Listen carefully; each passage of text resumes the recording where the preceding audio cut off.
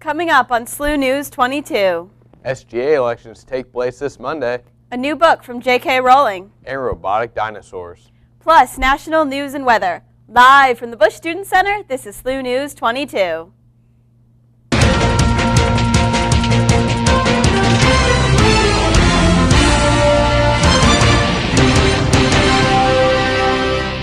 Good evening, I'm Amanda Honigfort. And I'm John Sestak. Thank you for joining us this evening. This Monday, February 27th, will mark the SGA elections. This year's election features the largely unopposed, barring write-ins, Limitless ticket and the Audeo ticket. Vying for SGA president is sophomore Blake Exeline on the Limitless ticket and junior Alexander Salazar on the Audeo ticket. Students can vote in the SGA elections online from 8 a.m. to 8 p.m. through SLU groups or in BSC room 254, where the Election Commission will be hosting a polling place from 10 a.m. to 7 p.m.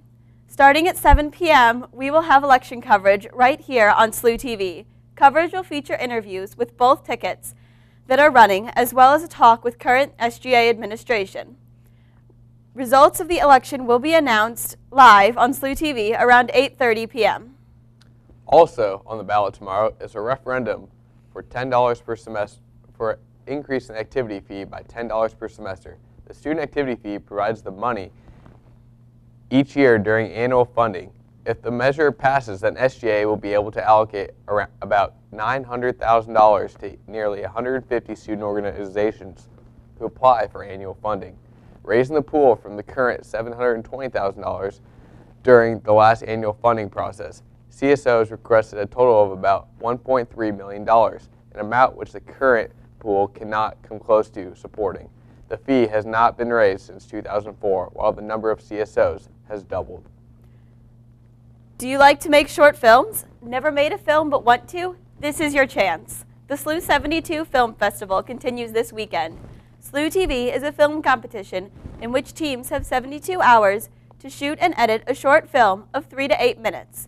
The competition is open to all SLU students, faculty, and staff. Teams will check out their equipment from SLU-TV at 5:30 p.m. on Friday and return the equipment along with their finished film at 5:30 p.m. on Monday. Prizes will be awarded at the SLU-72 Film Festival, which will be held after spring break. For more information and to sign up, visit the SLU-72 page at slutv.slu.edu/SLU-72. Are you missing that particular good dish that Mom used to make at home? Or maybe you've discovered a unique combination on your own? Chartwell is looking for your recipes. Billiken Dining is giving students the chance to submit their recipes to be featured in Greece and Reiner Dining Hall's last day. To submit your recipes is Wednesday, February 29th. To submit your recipe, go to billiken-recipe-dining.com and follow the instructions. David is in the Weather Center now with a look at our first forecast. It was a little chilly this weekend. Will we be warming up soon? It was a little bit chilly, but today we actually saw temperatures well into the 60s. We saw a high temperature of 61 degrees here at SLU, 64 or 65 out at Lambert International this afternoon. Currently we're sitting at 55 degrees here at St. Louis University under clear skies. The stars are out, and if you happen to be outside, go ahead and take a look to the west. You can see Venus, Jupiter, and the moon all in close conjunction over the western sky. Those will be setting later tonight, but it's a pretty cool picture. They're very bright there in the western sky. Temperatures across the area right now are still in the lower 60s, although this is from last hour, so we may have dropped it into the upper 50s across the area. It was 63 at Lambert International, 63 out at Chesterfield, and 63 in downtown St. Louis. Not a cloud in the sky today, perfectly blue skies, no rain in the area as well. That'll be the case overnight tonight, as temperatures will drop into the middle 30s, a low of 36 degrees here at SLU under mostly clear skies. The breezy winds will be letting up overnight tonight, will dropping into the single mile per hour range by tomorrow morning. So we will be seeing some more roller coaster temperatures as we go over the next couple of days. 40s, 50s, and 60s, all in the 70 forecast. We'll get to that later in the newscast. Back to you, Amanda. Thanks, David. The last chance to catch the theater department's latest shows this weekend. St. Louis University Theater will present Bat Boy, the musical. Bat Boy is based on the famous 1992 Weekly World News tabloid article about half boy, half bat. The show's titular character struggles to find a place in the world that isn't very accepting towards half boy, half bats. The show is in Xavier Hall on West Pine Mall. Tickets are around $9 for senior citizens and SLU faculty and staff, $7 for SLU students, and $10 for everyone else. For reservations or additional information, call the box office at 314-977-3327 or visit the theater website at slu.edu/theater. Students for Life will be hosting an art show centered around the beauty of human life. The show will open at 6 p.m. on Tuesday, February 28th, and run through March 4th. Prizes will be announced for the contributors, and light refreshments will be served at the opening. Have you ever been to any Billikens After Dark events this year? Have you had any ideas on how they could be better or just like to express your opinion? BAD is giving you the chance to share some of your opinions on what they have been up to this year. To find the form to participate, go to sluconnection.com, or if you would like to share your opinions in person, there will be a focus group in the DMAT multi-purpose room on Monday, February 27th from 7:30 to 8:30. When we come back, we'll have more stories, national and international news.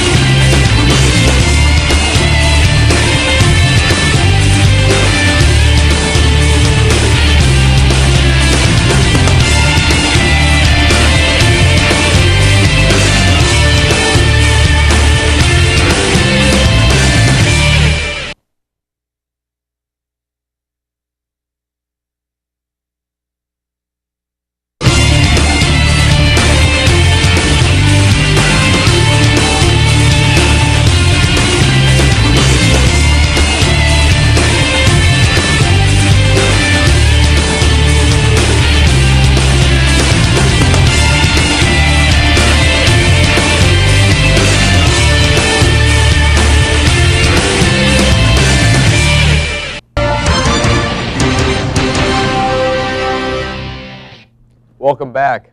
Warmer weather, a sunnier economy, and higher gas prices are driving more riders to public transportation in St. Louis.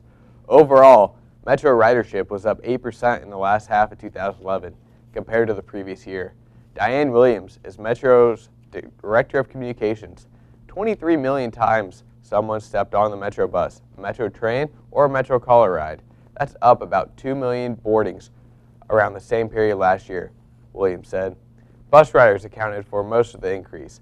Monthly bus ridership was up almost 20% last December compared to the same month in 2010.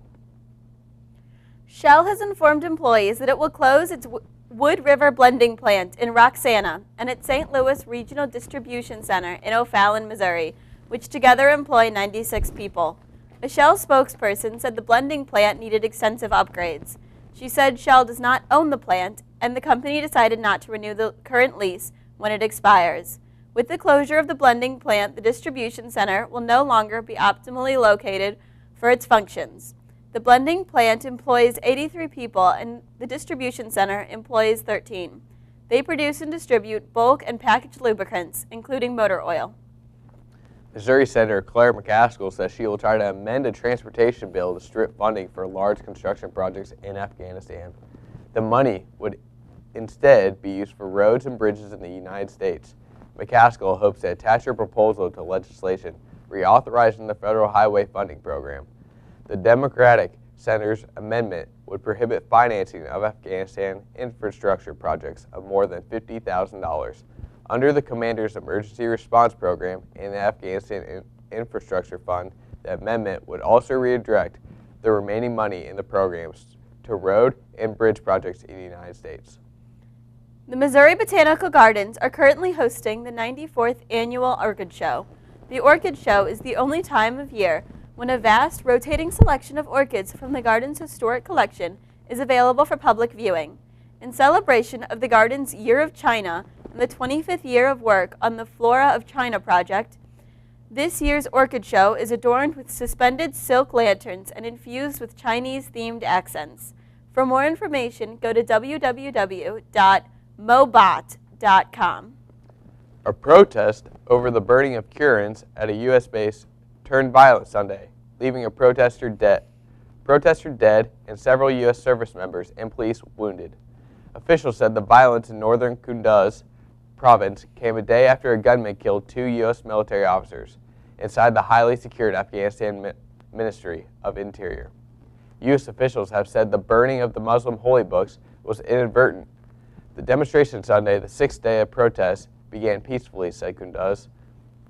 Police spokesman said Sawar Husani put it soon turned violent as demonstrators attacked the police chief's office in a U.S. military site. Protesters threw a hand grenade at the base, injuring 7 U.S. military personnel, believed to be Special Force members. Husani said NATO's International Security Assistance Force had no immediate comment on the number of wounded or their roles in the military. Captain John Yayar, an ISAF spokesman, said there was an explosion and that small arms fire at the site and that several ISAF personnel were wounded and evacuated for medical care. The attack took place at Combat Outpost Fortitude, ISAF said. At least 48 people were killed across Syria on Sunday, opposition activists said, as voting began on changes to the country's constitution. 21 of the deaths were in the besieged opposition stronghold of Homs, according to the local coordination committees of Syria, a network of opposition activists. The toll also included 9 deaths in Hama, 7 in Dara, 6 in Idlib, 1 in a Damascus suburb, and 1 in Damascus, the LCC said. The International Committee has been trying for days to negotiate a temporary ceasefire to get into Homs, but it has made no progress yet, said a spokesman for the local partner organization, the Red Crescent.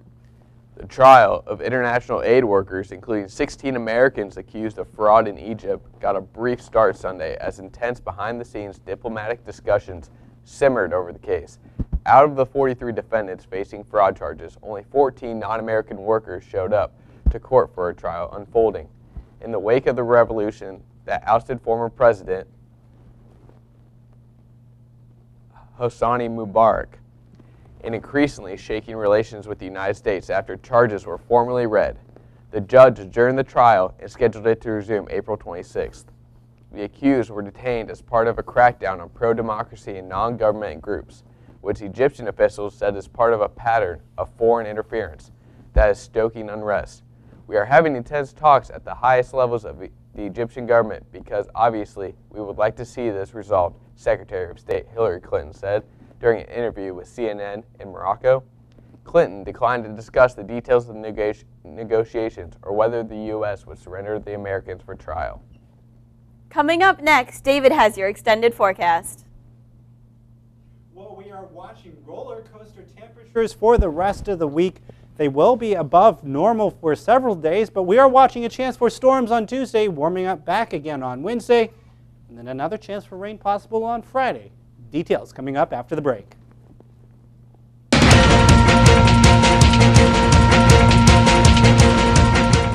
We are all. We are all. We are all. We are all. We are all. We are all. We are all. We are all. We are all. Billikens. Billikens. Billikens. Billikens. Billikens. Billikens.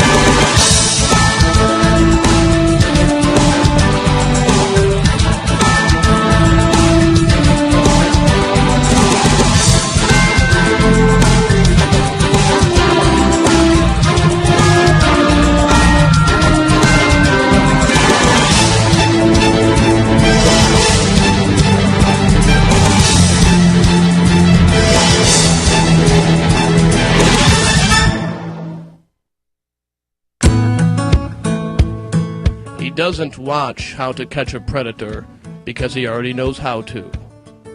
He doesn't make wishes. He makes wishes come true. And he is said to be the inspiration for Neil Diamond's Solitary Man simply because no one else is that interesting. I don't always watch news magazines on closed-circuit television.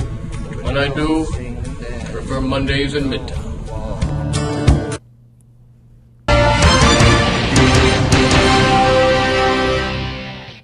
And welcome back. Chief Meteorologist David Kohler joins us now for Extend Forecast. David, it was a chilly yesterday and warm today. Any more drastic changes in the coming week? Well, actually, we do have a couple more swings in the temperature as well as the weather conditions as we head through the week. It was very warm today. Temperatures made it all the way into the middle 60s during the afternoon hours. We saw a high temperature of 65 out at Lambert, 61 degrees here at St. Louis University. That is above the normal high of 49 degrees. Getting close to that record of 78 set back in 1996. I don't think we'll be setting any records this week, but you are going to notice the temperature swings over the next couple of days. Here's the temperatures from this afternoon across the Midwest. 60s from Kansas into Missouri, even southern Illinois. Off to our north, though, they are seeing some snow. It is still winter. Northern Iowa in the upper 20s, Minnesota in the teens, as well as North Dakota. They saw 6 to 8 inches of snow over the last 24 hours or so, but that is staying to our north. This is what we're watching to come in our direction over the next couple of days. But right now, there is a cold front on our doorstep just off to our north and west. That means a slight cool down for your Monday. So instead of 60s, we will be talking about 50s for highs on Monday. But that cold front will quickly sweep out of here. The winds will turn back to the south, and we'll see a warm up again on Tuesday. Now, we were noticing quite a bit of wind over the past couple of days, especially on Friday as we saw that cool down. And then this afternoon as we were warming up, gusty south winds at 15 to 20 miles per hour. Now they've died down around to the 15 to 20 mile range, closer to where that storm system is over the northern plains. They're still seeing wind gusts in the 20 to 35 mile an hour range. So very windy up there. Our winds will be dying down overnight tonight, but they will be picking up again as we head towards Tuesday. A new storm system will be working its way out of Kansas into Missouri. That's going to push this warm front through, so we'll briefly jump back close to 60 Tuesday afternoon before the cold front approaches from the west, and that'll bring a chance for showers and thunderstorms Tuesday into Tuesday night, and that'll also drop our temperatures back a little bit for Wednesday. So here is your forecast for overnight tonight. Temperatures will be dropping into the middle and upper 30s across the area. 36 here in St. Louis, 34 in Chesterfield, 37 in Sparta, the warm spot overnight tonight. Nobody dropping below the freezing point tonight, however. Even though it's still winter, we're staying pretty mild for the most part. 39 as you head off to class in the morning, not quite as mild as it was today, but we will see those temperatures drop, warming up. Well, okay, my weather has decided to go ahead and quit, so we'll finish that later. But we will be seeing a high temperature right around 54 degrees tomorrow afternoon, and then we'll see that quick warm up on Tuesday ahead of the thunderstorms. 57 on Wednesday. We may even hit 60 on Thursday before yet another storm system comes through on Friday. That brings that second chance for showers and thunderstorms. We'll finish the 7-day forecast in a little bit. Thanks, David. When we come back, we'll have the rest of the forecast, a look at the Oscar lineup, and a new way to look at dinosaurs.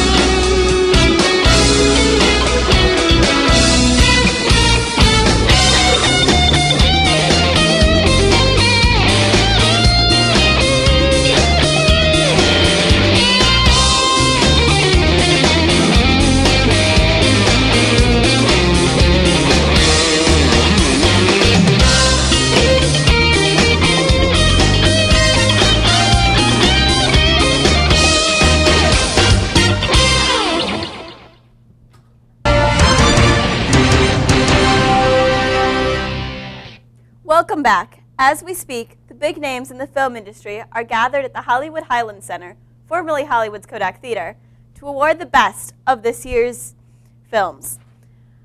The favorite for Best Picture, The Artist, would be the first silent film to win a Best Picture Oscar since the inaugural Oscars 83 years ago. This is not the only possible first in the Oscars' 83-year history. Jean Dujardin could become the first Frenchman to win such an award, and Christopher Plummer could become the oldest recipient at 82. The Artist has been dominating the awards this season, something that surprised director Michel Havonikas because it was a small, inexpensive, black and white picture, not to mention silent. Nearly 5 years after Harry Potter and the Deathly Hallows hit bookshelves, J.K. Rowling has announced that she has written a new young adult novel. The still untitled novel will be very different than the series that made her famous. No publishing date has been announced by Rowling. She has said she will release more details soon. The Public Broadcasting Service, PBS, is seeing an upswing in popularity. The season 2 finale of its wildly popular Downton Abbey reported the highest ratings the network has seen in nearly 3 years, with a total of about 5.4 million viewers. The show boasts more first-run viewers than many cable favorites, including Mad Men and Breaking Bad. The show is also featuring a much younger audience than the usual Masterpiece crowd, with female viewers 18 to 34 up 251%. Paleontologists at Drexel University have developed a means of scanning fossilized dinosaurs, then reprinting accurate reproductions of their bones to assemble into accurate moving robotic dinosaurs. The researchers from Philadelphia's Drexel University are using 3D printing to create dino bones, and then attaching artificial muscles and tendons to create dinosaur robots. Technology in paleontology hasn't changed in about 150 years, paleontologist Kenneth Lacovara said. We use shovels and pickaxes and burlap and plaster. It hasn't changed until right now, because universities and museums generally frown on folks who want to experiment on actual fossilized bones. Lacovara used the printed bones to test out theories of how dinosaurs moved and stood in other movements. We look to David now for a continued forecast. What can we expect in the next couple of days?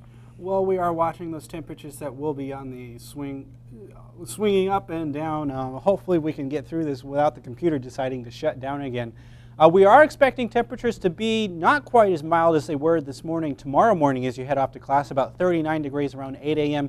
By noontime, temperatures will be warming up a bit, up to 47, and will top out around 51 degrees. That is above normal for this time of year. However, that's about 10 degrees cooler than what we saw today. Across your 7-day forecast, temperatures do swing around a bit. Check that out. 58 Tuesday, perhaps 60 on Wednesday, 52 Thursday, 59 Friday. As that next cold front comes through Friday night into Saturday, it drops us back into the 40s for a day, and then we're back to 55 by Sunday. So you can see the temperatures are just going all over except for where they should for winter time. So it's definitely a taste of spring over the next several days with thunderstorms in the forecast. We could be talking about severe weather Tuesday evening, mainly southwest of St. Louis, but we'll watch it. We could be seeing some strong storms here in the city. Certainly looks nice. Well, that's our show for tonight. Thank you for watching. We'll see you here next week. Don't forget, you can always get the latest news online at SLU-TV.slu.edu or follow us on Facebook and Twitter. Have a great week.